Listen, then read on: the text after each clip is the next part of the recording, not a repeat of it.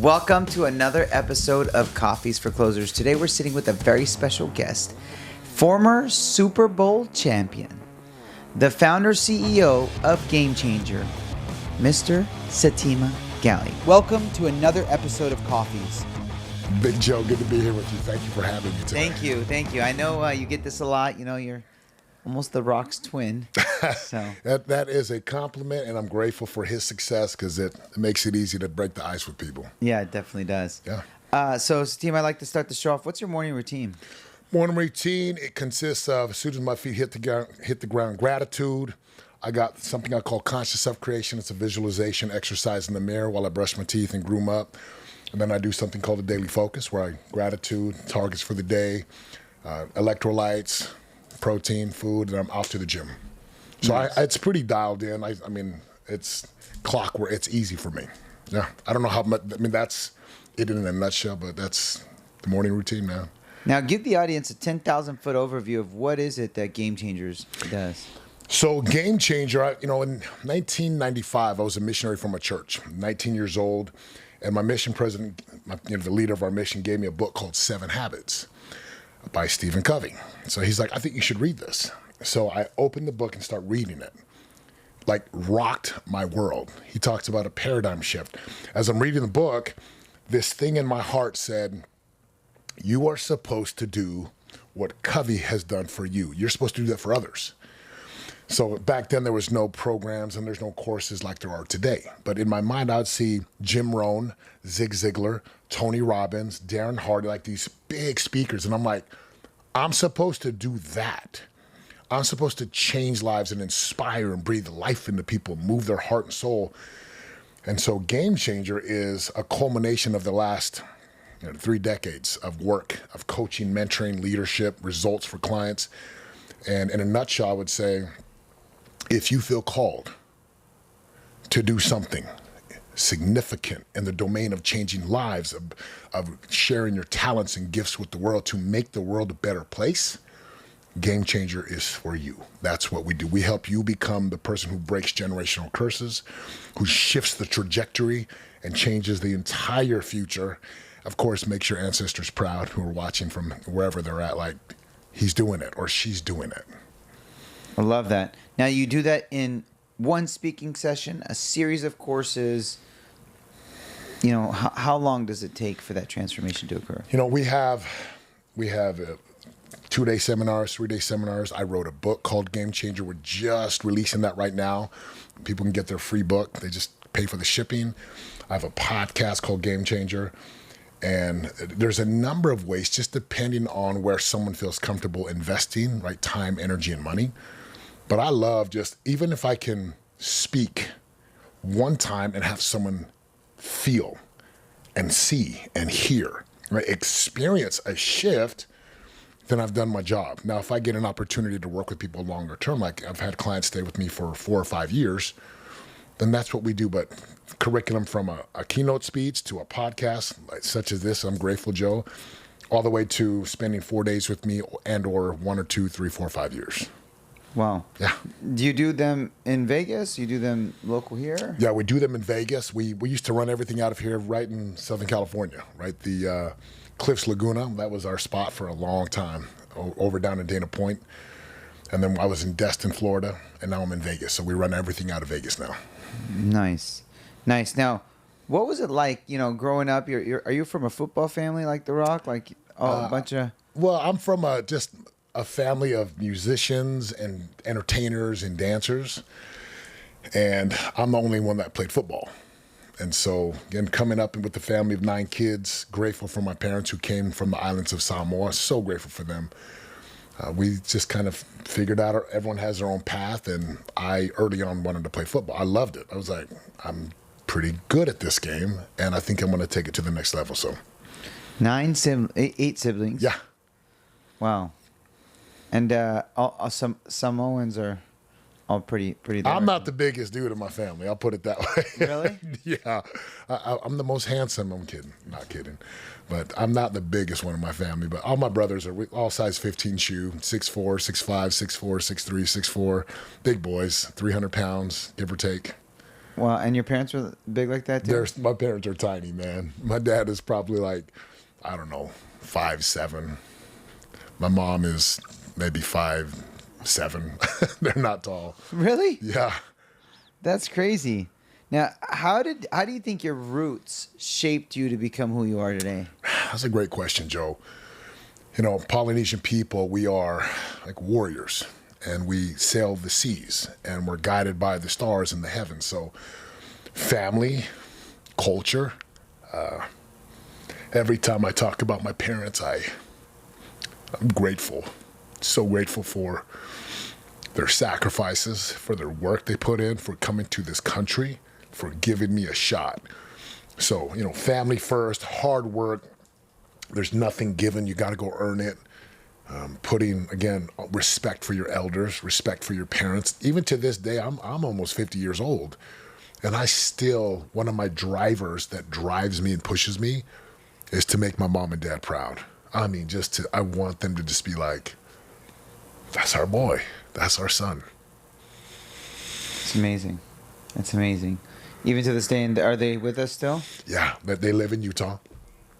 They divorced, both remarried. But so I have two sets of parents who are amazing, and so much love and respect for my parents. I'm grateful. You know, as you get older, right, and you look at your parents, and a lot of people want to blame their parents. They blame their mom and dad for whatever. I'm like, you know, our parents did the best they could with what they had, because I'm a parent, and I'm doing the best that I can with what I have to help my sons be the best they can be and prepare them for life. So my family, my culture, my Polynesian roots, I'm so grateful, so grateful for the way that I was raised.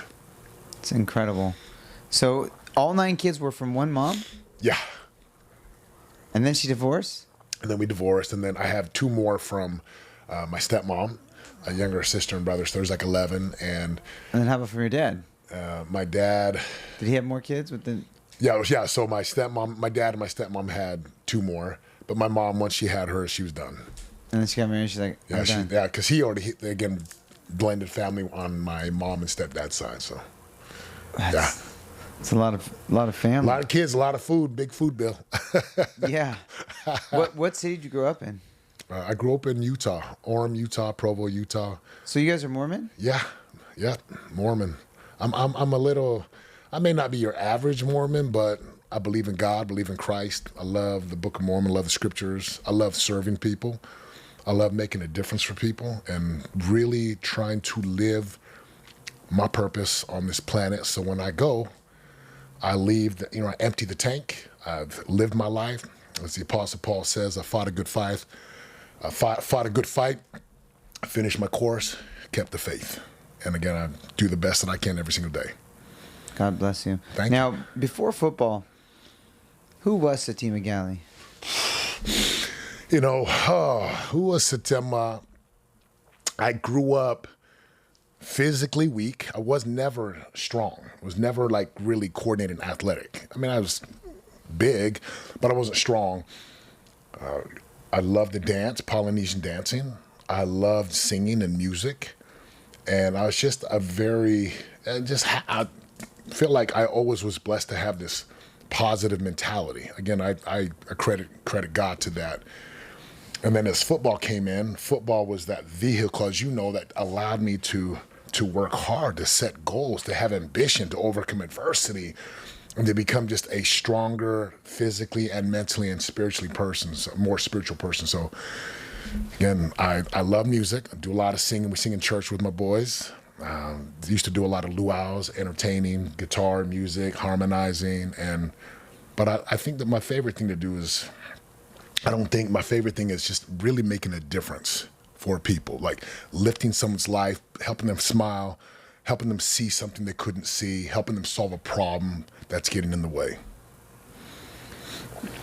And what did the young Setema, what did you believe was possible when you were young? That's a great question. Growing up, it's like I had this concept of if you work hard, you can achieve. But when I became, like my freshman year of high school is when I wrote in my journal, I'm going to get a scholarship to BYU. I wrote it down. And that I had this conversion to the Lord at age 14. Started to pray, started to read the Word of God. Church meant way more to me, and I started to strive again and to keep the commandments and do what's right. And I started to see blessings like crazy. My life was better. I was happier. There was more purpose, and I started to walk, as they say, the straight and narrow path. So I say this often, I am the man who loves his life, and I do, absolutely do. What a blessing. Now, what was the moment you realized that football was it was more than a dream, even after you were being underdrafted and injured? Yeah. From my sophomore to junior year in high school. So again, I wasn't very good. 7th and 8th grade was horrible. I hated practice. I didn't like it. I tried to get out of practice all the time. I was like, I don't want to do this, but I never wanted to quit. We started, we're going to finish it. But from my sophomore to junior year, I became addicted to the weight room. I started lifting. So I was a skinny 170-pound kid, 6'4", 170 pounds. And I hit the weight room, didn't play basketball, and I put on 30 pounds of muscle. So in 9 months, I was about 205, and you hit the gym and confidence increases. And when you work out, as you know, right, we were talking about jiu-jitsu earlier, when you do physical things that are hard, everything changes. And so for me, that going into my junior year, confidence to the roof, and I was like, okay, I'm going to get a scholarship. I was offered a scholarship from a few different universities, and I went to BYU. And I mean, football's been such a blessing for my life. Yeah. What are the top 3 things it's done for you, you think? Number 1, it has taught me how to overcome adversity. I've had 5 shoulder surgeries, a fracture, multiple concussions. But in football, you get knocked down, you get back up. So number 1, you're gonna face adversity. You've been there. Everyone faces adversity. A loved one passes away, loved one gets sick, financial turmoil. That's the first one. Second one, it's just sheer work, hard work, smart work, consistent work. It shows you if you want something, go put in the work. And then the third thing is find your gifts. I'm not an NBA basketball guy. I would have rather played basketball, but I got a football body and I got athletic ability, and then I put in the work, I put in the time. So again, there's people who are musicians, who are artists, who are podcasters, who are influencers. Tell people, find your thing, right? And I believe there's more than one thing. So find your gifts and find your vehicles and tools, and then go. We only got one life, so go get it, right? Yeah. Go get it. Now, selling your Super Bowl ring must have really eclipsed a lot of the tough moments. Yeah. What was going through your head that day you did that? Oh, man. So we did really well in the mortgage days. Back then when it was, as you know, easy to print money. Stated income, stated asset, no income, no asset, refi, option norms. And in 2008, when the recession hit and that economy turned, we just got crushed. And I wasn't ready. But I was also on my way out to do what I do now. So can't put food on the table. We downsized from our brand new home that we built on the hill, on the benches of Provo. We're in this tiny 900 square foot townhome. We had built an 8,000 square foot home. We had the cars. We lost the cars. We lost everything. And by the time I went to sell my ring, I'm yelling at he's 3 years old. I'm yelling at the top of my lungs to not waste cereal. And he's crying. I'm like, what am I doing? Couldn't pay the rent. Rent was $1,200. I was like, oh my gosh. So I knew what I did. I knew what I had, and I was crying my eyes out on the way to New York City. Got on the plane. I'm bawling like a baby. Get off the plane, give him the ring. He gives me cash. He inspects it. And I told him, I'm going to come back and get this. And he's like, they never do. I'm like, what do you mean? He's like, I got hundreds of rings, hundreds. And so I actually went back to him to go get my ring, and I offered him a big chunk of cash. He didn't sell it? He wouldn't sell it. He says, not yet. So I text him once a year. We stay in touch because I'll go get the ring. The moment he's ready to sell it to me, I'll get it. I'll give him the cash. What? How do you sell it? Like just to collectors? Collector, yeah, just a collector. And brother, it's one of the hardest things I've ever done. I want you to imagine you work your whole life for something, you get to the pinnacle, and then, maybe 5, 6, 8 years later, you got to give it up. I cried because, 50, 60 guys a year get that. What's it even like winning a Super Bowl? Like, walk me through the feeling. Oh, man. So you take something you work your whole life at, all year, lifting weights, running, conditioning, eating, watching film, injuries, a surgery here, surgery there, winning, travel, and all of a sudden you get to the NFL. So it's one thing to get to the NFL, right? It's another to win in the playoffs. It's another to get to the Super Bowl, but to win it, I mean, we grown men. We walked into it was in New Orleans. We were playing the greatest show on turf, the Rams. A grown man crying. My heart was filled with joy. Like, imagine like the pinnacle, the thing if you wanted to be the best-selling author or a musician who plays right on the biggest stages or whatever that thing is. Everyone's got a Super Bowl. Everyone's got a Super Bowl. And this was the literal Super Bowl. And like when we won, Vinatieri kicks the field goal, we're hugging. Grown men are like, we did it. We're hugging, we're crying. One of the top experiences of my life for sure. And the reason why is because I worked for it. If someone just hands you hey, here's your Super Bowl ring, there's no joy in that.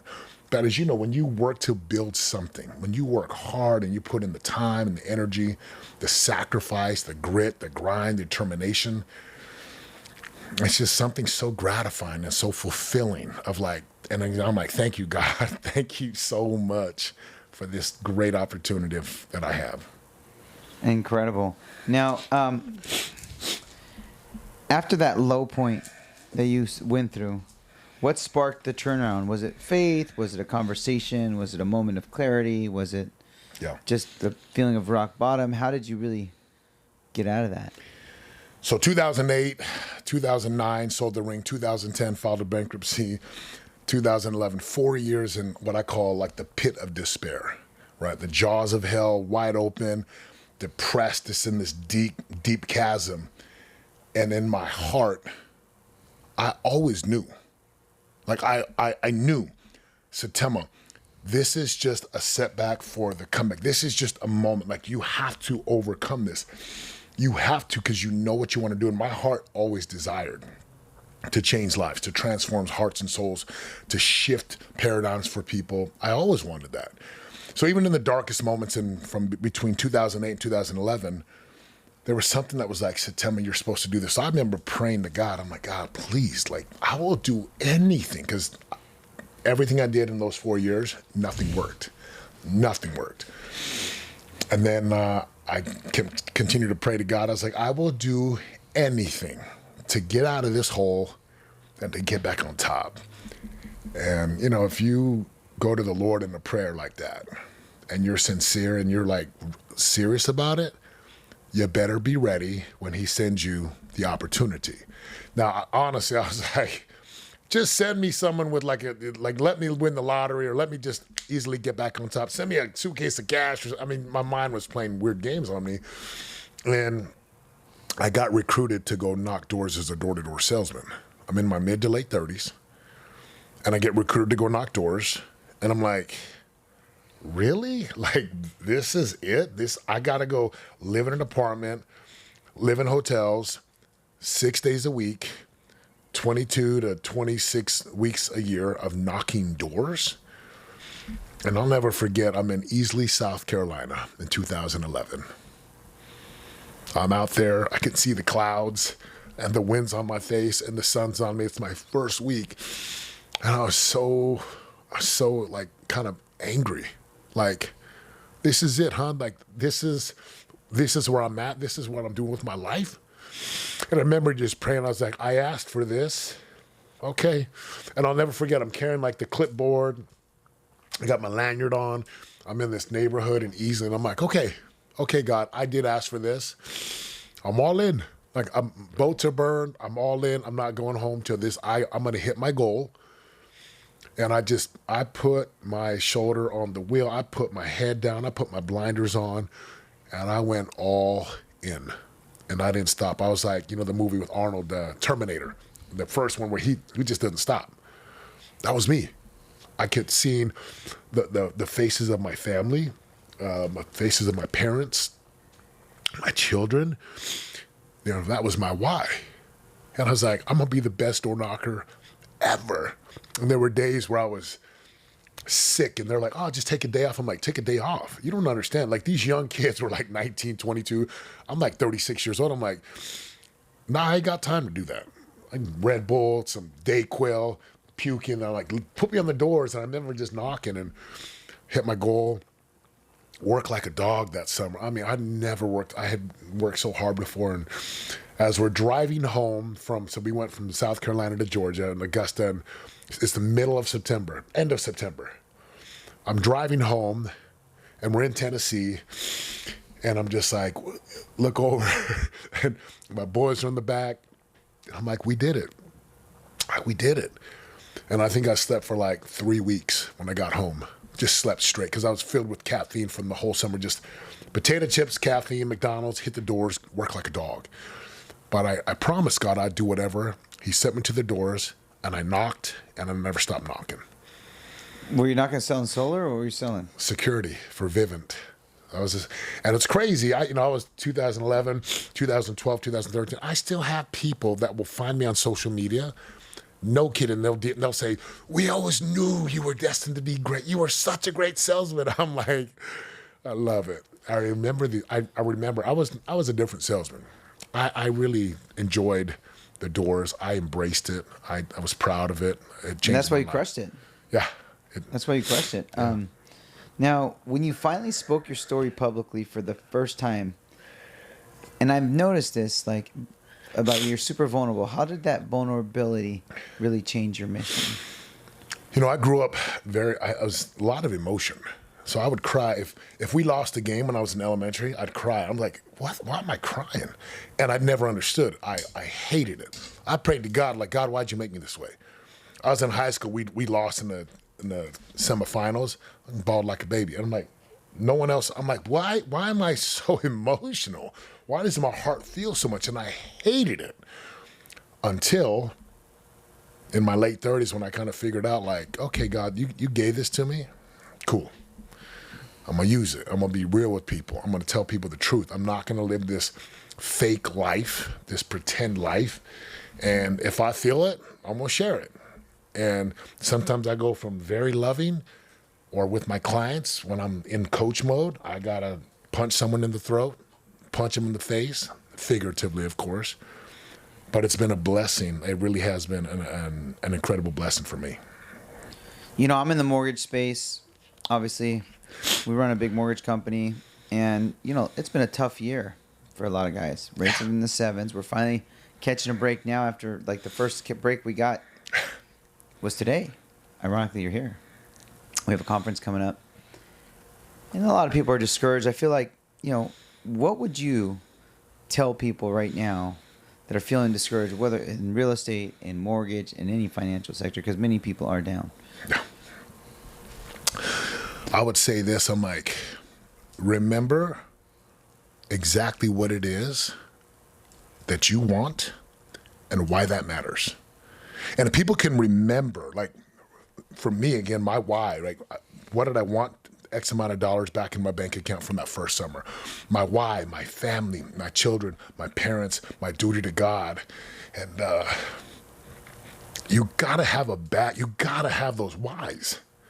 You have to have the reason why you're going to get up and push. And for some people, it's their children. I didn't want my boys to say, oh, my dad was a football player. I'm like, football? That was in the early 2000s. I want my boys to be like, my dad's my hero. I wanted that. I want my parents, my loved ones to look at me and say, man, he inspires us. And I also knew that there would be people that one day I could share this and they would be touched. So to anyone who's going through, like, feeling discouraged and feeling doubt, like, here we are, moment of truth. You going to get up and fight and slay the dragon?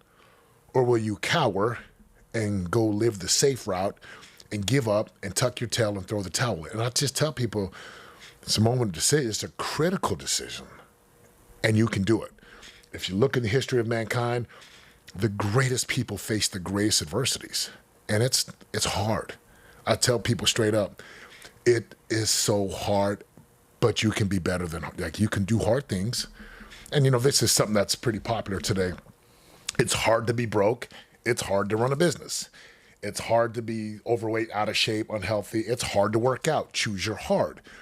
And I just believe that. I'm like, look, at the end of the day, you are responsible.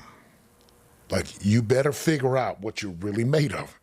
You better decide every day you wake up, you look yourself in the mirror, do I want the path of regret? Or do I want to come out victorious and conquer? And just tell people, get knocked down, get back up. And so many people today quit. So I tell my boys, if you were to say this to my boys, get knocked down, they say, get back up. Get knocked down, get back up. And if you were to say to them, you can have anything in life, and they will fill in the blank if you pay the price. And we have a ton of those fill in the blank phrases. So that's what I would tell to someone, like, tough times don't last, but the best people and the tough people do. So keep pushing, keep moving. Remember your why. Like, get mad if you have to. Wake up and go fight and go slay the dragon. If you want the top prizes and you want the dragon blood all over you, you got to slay dragons. Got to slay the dragon. Now, what is it like that? How do you define results? Now, when the stakes are personal and they're not just professional. How do I define results, whether it's professional, personal? Look, it's results. I always tell people there's two things, man. What is it that you want? Why does that matter? And the what you want's got to be specific, measurable. It's got to belong to you. And I would tell people, look, whatever it is that you want, that you think you want, go get it. If it's more money, I know there's always the people out there that say, oh, money can't buy you happiness. I'm like, don't listen. Like, if you feel like having more money is going to help you, which for most people, it does. Let's be real. Like, it does. And I'm like, go get it. Go become the type of person that can produce. If you feel like being more fit and stripping fat off your body is going to help you be an example to your kids, give you more energy, more confidence, go do it.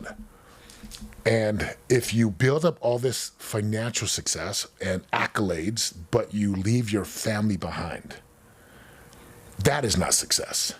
I don't know anybody who wants to be at the end of their life alone, even if you have all the stuff in the world, no loved ones, no wife or husband, no kids, no grandkids. Like, to me, success is what you achieve and who you become together. So if you achieve something, but you're a jerk or you're crude and you're mean, that's not success. And at the same time, if you're becoming a great person, but you can't pay your bills and provide as a man, like, hey, dude, that don't fly. That doesn't work. So success is what you achieve and who you become in the process. And it takes both. It takes both of those. That's very true. Now, what is the legacy you hope people carry forward after hearing your comeback? I love this question about legacy. A lot of people talk about generational wealth and leaving a trust fund. And yeah, I want to do those things. I want to leave behind resources, which I want to. But more than the trust fund or whatever money, God, I want to leave inside of my boys. I want to leave it in them, right? I heard this, it's not mine, but legacy is not about what you leave with people. It's about what you leave in people. And I want my boys to have trust in themselves, trust in God, trust in other people, more than just the trust fund.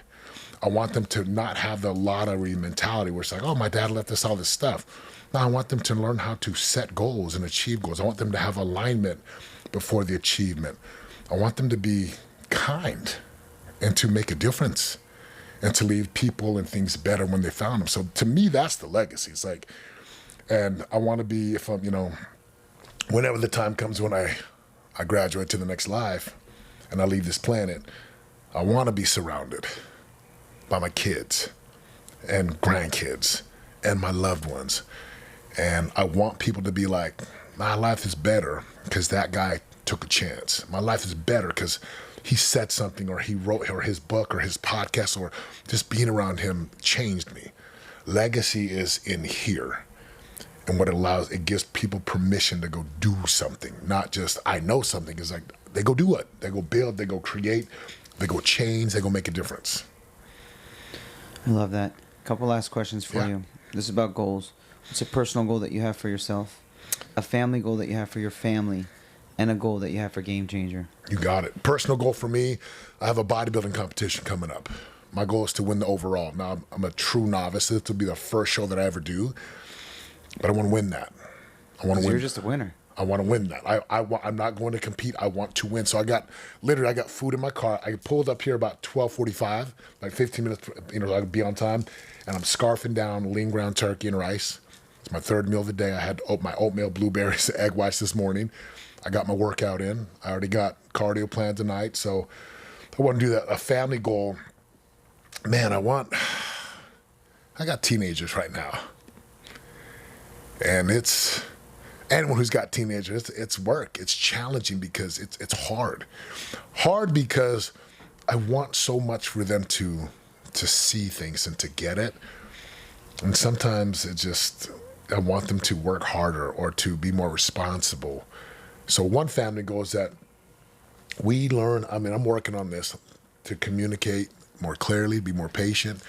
And then one goal for Game Changers, I want my book called Game Changer, I want that to get into 1 million people's hands. Like 1 million people to get the book, because the book, it is a game changer. It changes lives.